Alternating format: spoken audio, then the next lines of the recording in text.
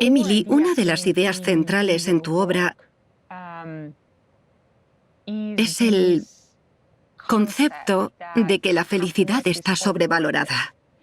De que la idea que nos venden de que tenemos que perseguir la felicidad acaba jugando en nuestra contra, hace infeliz a la gente.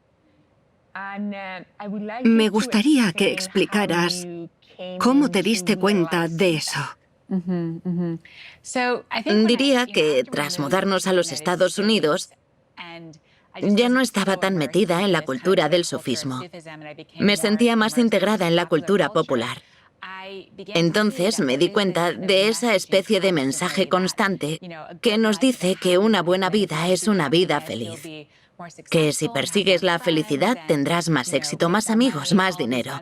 Que obtendrás todos esos beneficios si persigues la felicidad. La verdad es que nunca llegué a encontrarle el sentido a esa manera de pensar. Yo había aprendido de los sufís entre los que crecí que muchos de ellos habían tenido una vida muy dura. Claramente, no perseguían la felicidad. La mayor parte del tiempo, probablemente ni se describirían como felices. Convivían con muchas dificultades. Y eso puede decirse de todo el mundo. Todos lidiamos con algún tipo de sufrimiento. Los defensores de la búsqueda de la felicidad parecían ignorar ese otro tipo de vida. Les decían a aquellos que no buscaban ese tipo de felicidad que hacían algo mal. Para mí eso no tenía sentido porque había visto a mucha gente que no perseguía la felicidad y sin embargo tenía una vida con sentido. El verdadero punto de inflexión fue cuando estaba estudiando psicología positiva en la universidad. Porque allí entré en contacto con algunas investigaciones en psicología positiva que mostraban que esa búsqueda constante de la felicidad puede volverse en contra. Porque al perseguir la felicidad con tanto fervor, generas la expectativa de que deberías ser feliz. Y la cultura establece esa expectativa, cuando en realidad no es normal esperar ser feliz todo el tiempo. Como resultado, cuando la gente no es feliz, se siente infeliz. Es un resultado algo irónico. Así que eso hizo que quisieras ir más allá sobre la idea de la búsqueda constante de la felicidad y, a fin de cuentas, sobre el significado de una vida plena y con sentido. En resumen, presentas la idea de sentido como una alternativa a la idea de felicidad. Dices que ambos conceptos están relacionados, pero son entidades diferentes. Me gustaría que nos explicaras qué diferencias hay entre el sentido y la felicidad, y también qué tienen en común. Ese tipo de distinción entre sentido y felicidad tiene una larga historia en la filosofía. Y más recientemente, la investigación en psicología ha intentado desenmarañar las diferencias entre las dos cosas. Gran parte de lo que diré viene de esa investigación y de corrientes filosóficas relacionadas. Muchos psicólogos y filósofos describen la felicidad como un estado mental y emocional positivo. Si te sientes bien, eres feliz. Si te sientes mal, eres infeliz. Es algo que viene y va. Puedes sentirte feliz en un momento dado, pero recibir una llamada con malas noticias a continuación y sentirte triste. Es una emoción, y las emociones vienen y van. El sentido es algo más amplio. Los filósofos y los psicólogos definen una vida con sentido como algo que conecta y contribuye a algo que va más allá de ti mismo. Puede ser tu familia, tu trabajo, Dios o la religión, algo que trasciende a tu individualidad, algo a lo que contribuyes y que te ayuda a darle orden a tu vida. Según la investigación en psicología, las personas dicen que su vida tiene sentido cuando se dan tres condiciones. La primera es que consideran que su vida es significativa y tiene valor. La segunda es que encuentran en su vida algún tipo de propósito, algo que las encamina hacia el futuro. Y la última es que creen que su vida es coherente, que hay una cierta narrativa, cierta historia que engloba todas sus experiencias, incluyendo el sentido que le dan al mundo. Hace que la vida no sea aleatoria, sino que tenga sentido, que sea coherente. Parte de lo que escribo trata de cómo tanto felicidad como sentido son algo bueno. Obviamente no digo que haya nada malo en que la gente se sienta feliz, pero hay gente que dirige su vida a la búsqueda de sentido y gente que la enfoca a la búsqueda de la felicidad. Y cuando esto ocurre hacen cosas diferentes. Estoy recordando un estudio en el que a un grupo de personas se les dijo que hicieran cosas significativas, con sentido. E hicieron cosas como estudiar para un examen, visitar a un ser querido en el hospital o hacer voluntariado. Cosas que vivían como difíciles y que exigían un sacrificio. Los que tenían que hacer cosas que los hicieran felices jugaron a videojuegos. Se hicieron la manicura, durmieron hasta tarde, ese tipo de cosas. Así que hay una diferencia en cómo estar motivado por un tipo de objetivo u otro cambia nuestro comportamiento. Pero también hay cierto tipo de situaciones en las que coinciden. Por ejemplo, recuerdo los datos de una investigadora que mostraban que alrededor de un cuarto de las personas a las que encuestó consideraba que su vida era feliz y también tenía sentido. Otro cuarto afirmaba que su vida tenía sentido, pero que era infeliz. Otro cuarto decía tener una vida feliz, pero sin sentido, y el último cuarto no tenía ni una cosa ni la otra.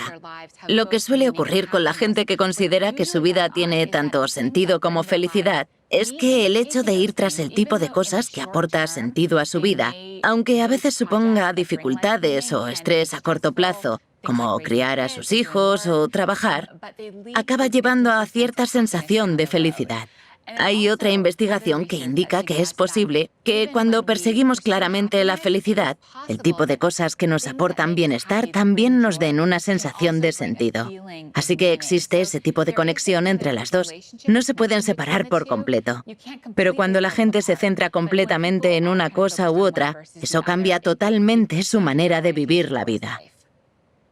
Emily, has dicho alguna vez que vivimos en una crisis moderna del sentido. ¿Cómo describirías esa crisis?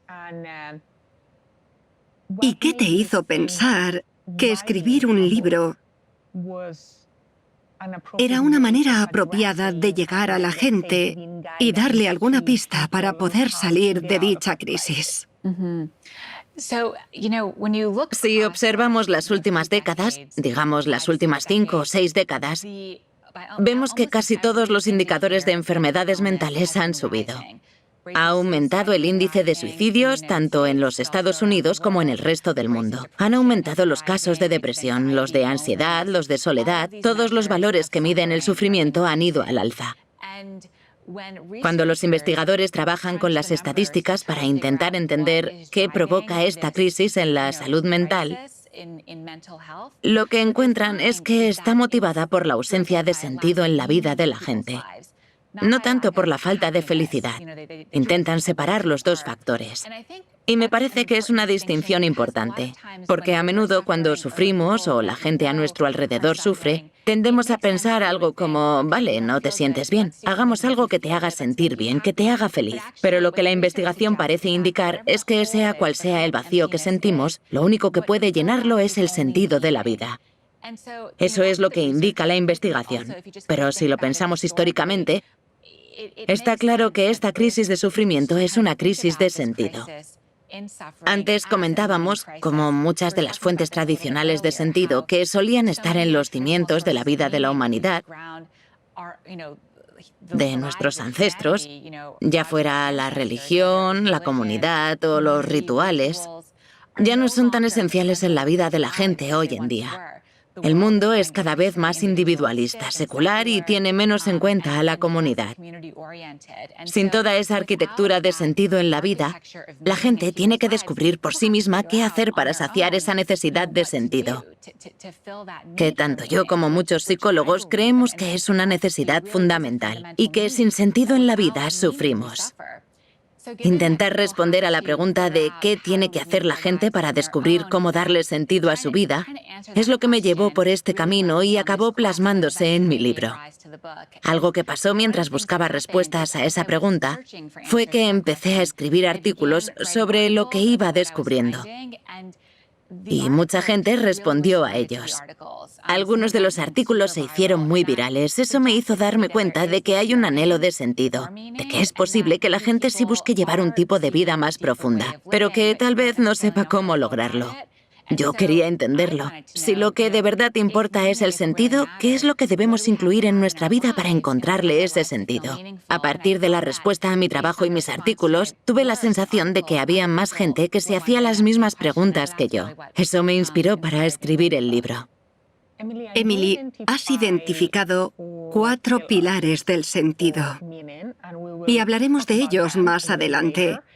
Pero son pertenencia, propósito, trascendencia y narrativa. Me gustaría que antes nos hablaras del proceso que te llevó a identificar esos 4 elementos. Lo primero que hice fue consultar qué decían los estudios. Como he comentado antes, hoy en día hay mucha investigación en el área de la psicología que intenta investigar empíricamente qué le da sentido a la vida de la gente y si invitando a la gente a hacer ciertas actividades puede aumentar su sensación de sentido en la vida. Me empapé de toda esa investigación y también acudí a lo que muchas otras disciplinas como la filosofía, la religión, la literatura y el resto de campos de estudio podían aportar sobre qué es lo que da sentido a nuestra vida.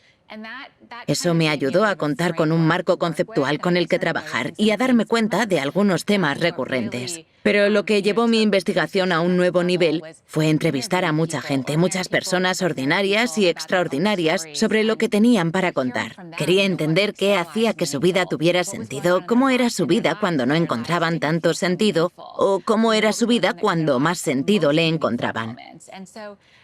Todo eso en su conjunto, la investigación, las entrevistas y esos patrones recurrentes que veía aparecer continuamente en las historias de la gente, fue lo que cristalizó en esos 4 pilares de sentido. Así fue como traté de entender y sintetizar toda la información que iba recogiendo. Y encontré 4 conceptos, 4 patrones que surgían una y otra vez. Emily, esos 4 pilares, como he comentado antes, son pertenencia, propósito, trascendencia y narrativa. ¿Nos explicas en qué consisten y qué entiendes por cada uno de ellos? La pertenencia tiene que ver con el tipo de relaciones que tenemos. Cualquiera que haya reflexionado o leído acerca del bienestar, probablemente habrá encontrado estudios en los que se afirma que las relaciones nos hacen felices, que contribuyen a nuestro bienestar. Pero la pertenencia se refiere a un tipo particular de relación. Es una relación en la que te sientes valorado por ser quien eres, de manera intrínseca, y en la que valoras a la otra persona por quien es en esencia. Hago esa distinción porque podemos imaginar estar en una relación, incluso una relación íntima, como una relación familiar o de pareja, en la que no te sientes valorado por quien eres intrínsecamente, sino por tus logros, por tu apariencia, el dinero que ganas, pero no por ser quien eres. La pertenencia tiene que ver con ser valorado por ser quien eres. Algo muy interesante que he descubierto al estudiar este pilar es que la pertenencia no tiene por qué formar parte de una relación desde el principio. Es algo que se puede cultivar con la otra persona en los momentos de interacción con ella. Sintonizando con ella, escuchando activamente y estableciendo una especie de conexión íntima en la que ambos sienten que la otra persona los ve, los valora y los escucha.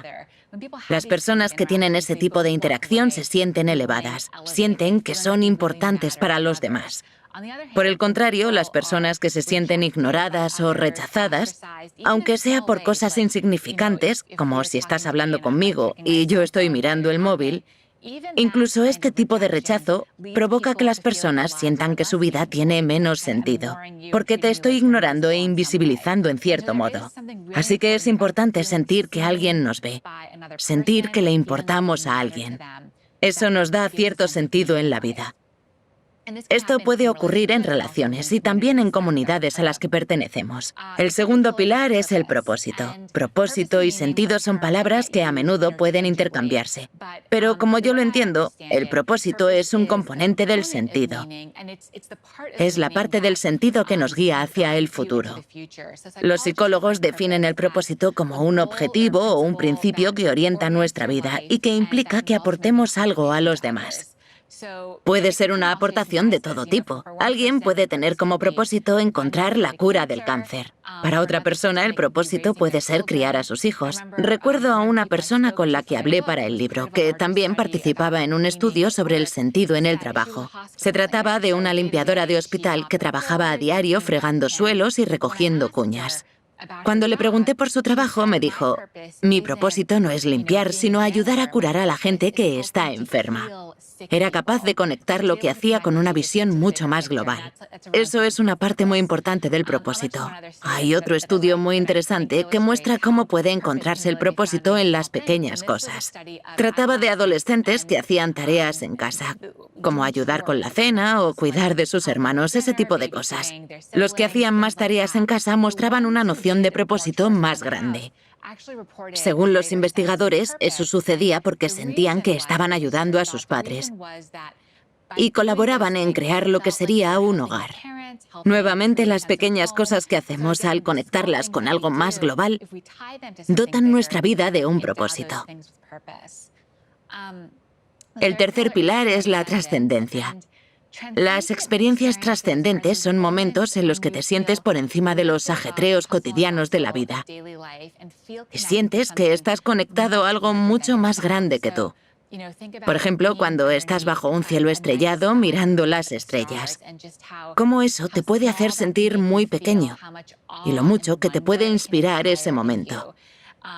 Aparece en experiencias con la naturaleza, cuando nos enfrentamos a algo sublime e inspirador que nos puede llevar a la trascendencia.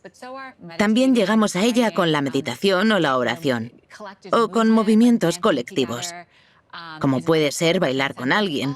Es otro camino a la trascendencia. Todas estas experiencias son maneras que tenemos de disminuir la importancia de nuestra individualidad y sentir que estamos conectados a algo mucho más grande que nosotros mismos. Lo más interesante de este tipo de experiencias es que la gente que las tiene las valora entre las que más sentido dan a su vida. Y creo que la causa de eso, como indica la investigación, es que tras subir metafóricamente a la cima de la montaña, la perspectiva que tienes de las cosas al bajar es diferente. Mucha gente dice, antes de mi experiencia trascendente era más individualista y egoísta, pero desde entonces mis valores me llevan a sentirme más integrado con mi comunidad y a ser más empático. Hay un estudio en el que llevaron a un grupo de estudiantes a un bosque de eucaliptos muy altos, de unos 60 metros de altura. Les dijeron que pasaran un rato observando las copas de los árboles.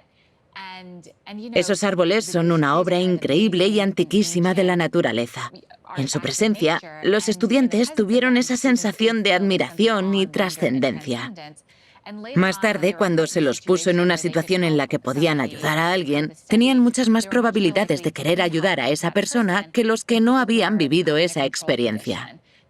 Hay algo en ese tipo de experiencias que reorganiza la manera en que pensamos en el mundo y nos empuja a actuar de modos que aportan más sentido. El último pilar es la narrativa. La narrativa trata de la historia que nos contamos sobre nosotros mismos, sobre cómo hemos llegado a ser la persona que somos hoy. Si pensamos en todas las historias que nos rodean en la vida, tenemos películas, televisión, los libros que leemos, los programas de radio que escuchamos, todas ellas pueden ser a su manera fuentes de sentido. Pero a lo que me refiero es a nuestra narrativa personal, a la explicación de quiénes somos y cómo hemos llegado a ser así. Me he dado cuenta de que a menudo, cuando hablo acerca de este pilar, la gente lo encuentra fascinante y sorprendente. Creo que es porque normalmente no nos damos cuenta de que somos los autores de nuestras propias historias, de que tenemos una narrativa continua en la cabeza sobre quién somos y cómo hemos llegado a ser así. Si somos conscientes de esa narrativa, podemos editarla si nuestra propia historia no nos deja avanzar. Eso es básicamente lo que hace la gente que asiste a terapia o escribe un diario, la gente que suele reflexionar sobre su vida.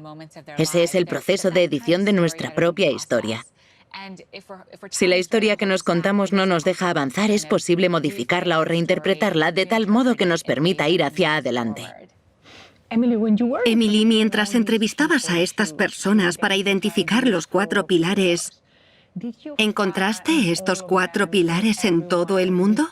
¿Te pareció que había gente para la que el propósito era más importante y que para otra lo era la pertenencia? Lo que quiero saber es cómo se combinan esos 4 pilares para definir ese concepto general de sentido. Si puede ser solo uno de ellos el que lleve a alguien a vivir una vida con más sentido.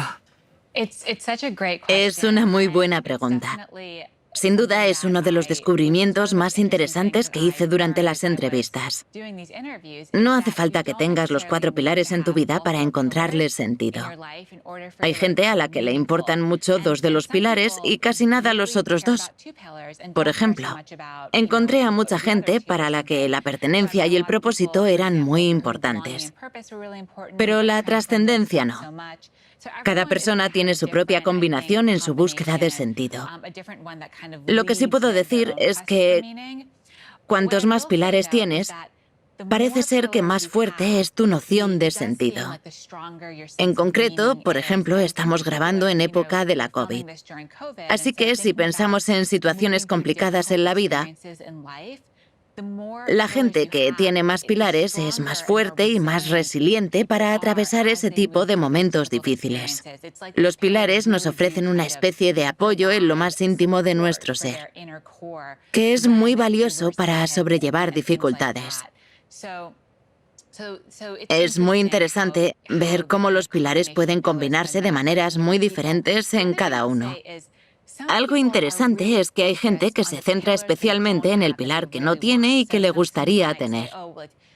Alguien puede pensar, ¿cuál es mi idea de propósito? No sé cuál es mi propósito, no tengo ninguno. Y de ahí deducen que su vida no tiene un sentido, cuando en realidad los otros pilares están presentes en su vida. Y para encontrarle sentido basta con cambiar su enfoque mental hacia esos otros pilares.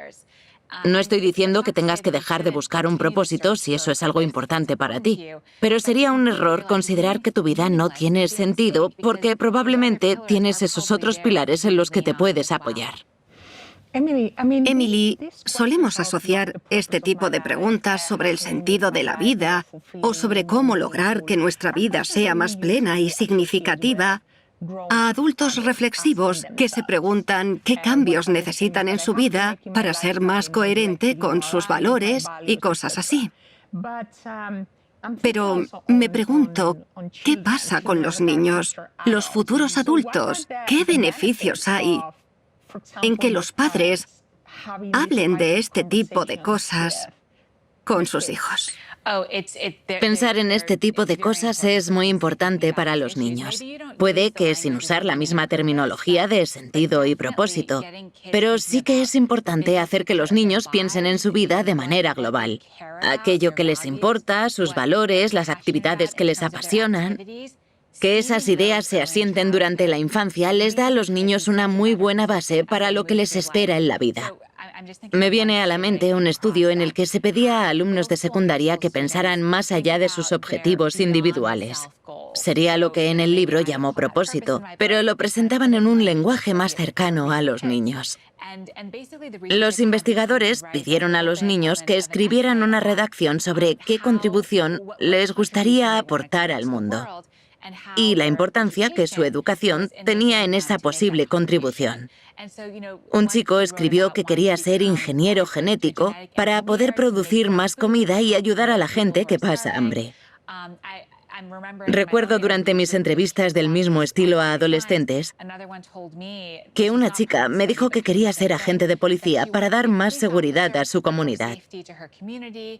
Y volviendo a la investigación, los chavales que se enfrentaron a ese tipo de ejercicio luego tuvieron mejores notas en matemáticas. Ese fue uno de los efectos. Pero además, cuando durante el estudio pusieron a algunos chicos a resolver una serie de problemas aburridos, pero les dieron la opción de jugar a videojuegos en un ordenador cuando quisieran, en realidad aguantaron más tiempo resolviendo los problemas. Tener ese marco mental relacionado con el propósito permitió que hicieran una tarea difícil y que en principio no tenían ganas de hacer, porque entendieron que a la larga podía ser importante para lograr su propósito. Emily, ¿cómo ves la idea de sentido en el marco de la escuela, que es donde educamos, creamos a los futuros adultos? ¿Por qué es importante que la escuela tenga en cuenta el concepto de sentido? Bueno, como este y otros estudios indican, cuando los niños tienen una idea de sentido, sacan mejores notas y se integran mejor en las actividades escolares. Y más allá de eso, la infancia y en particular la adolescencia, según los psicólogos, es el periodo vital en el que se dibuja su vida adulta. Y es entonces cuando deberíamos reflexionar sobre quién somos y sobre cuál es nuestro propósito. Y la verdad es que no hay muchos espacios en los que los jóvenes puedan desarrollar ese tipo de preguntas. Puede que los que tengan contacto con alguna comunidad espiritual hablen de esas cosas con sus amigos, pero el mundo de las redes sociales no invita especialmente a profundizar en esos temas. La escuela o el instituto son los únicos espacios por los que pasan todos los chavales. Si un profesor puede lograr en sus clases que los alumnos reflexionen sobre el propósito o puede incorporar esa reflexión al contenido de las asignaturas, como por ejemplo mediante el análisis de una novela en la que un personaje se cuestiona su propósito, transmitiendo así la idea de que todos podemos considerar nuestro propósito, si conseguimos que los alumnos se hagan ese tipo de preguntas, creo que los ayudamos mucho para que más adelante les vaya bien en la vida. De lo contrario, pueden llegar a la etapa adulta sin haber pensado nunca qué querían hacer en la vida, para darse cuenta solo en la mediana edad de que no han vivido la vida que querrían haber elegido. Emily, algo que me ha sorprendido mucho ha sido que uno de los 4 pilares sea el de la narrativa. Hablas mucho de las historias y el poder que tiene contarlas para entendernos a nosotros mismos y lo que sentimos. Me gustaría que hablaras un poco más de eso. Obviamente también eres escritora, así que vives de escribir y compartir historias con la gente. Me gustaría que explicaras un poco cuál es la relevancia de las historias para ayudarnos a lograr una vida con sentido. Se me ocurren 2 piezas diferentes.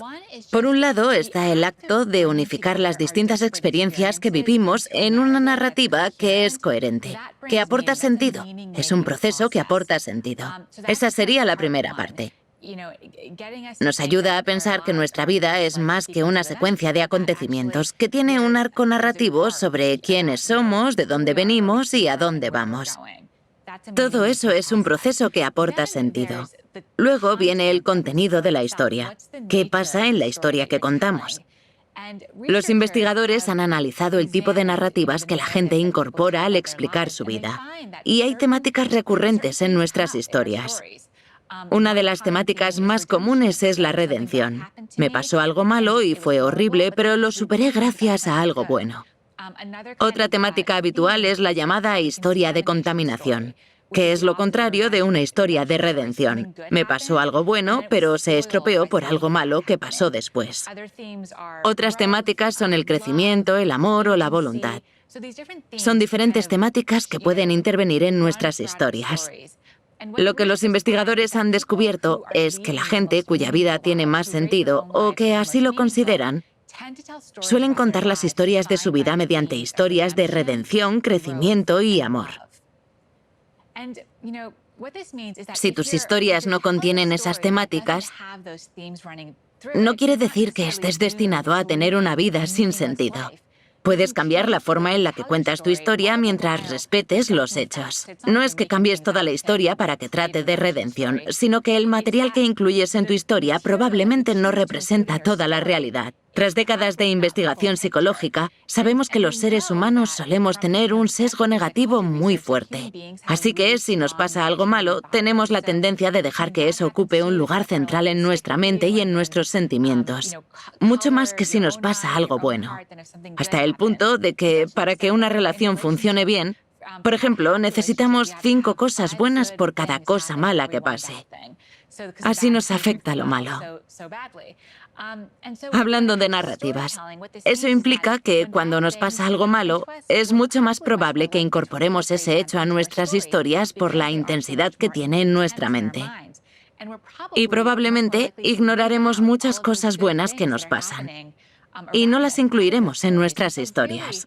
El proceso de editar nuestras historias exige preguntarnos qué pruebas tenemos de los aspectos negativos que incluimos.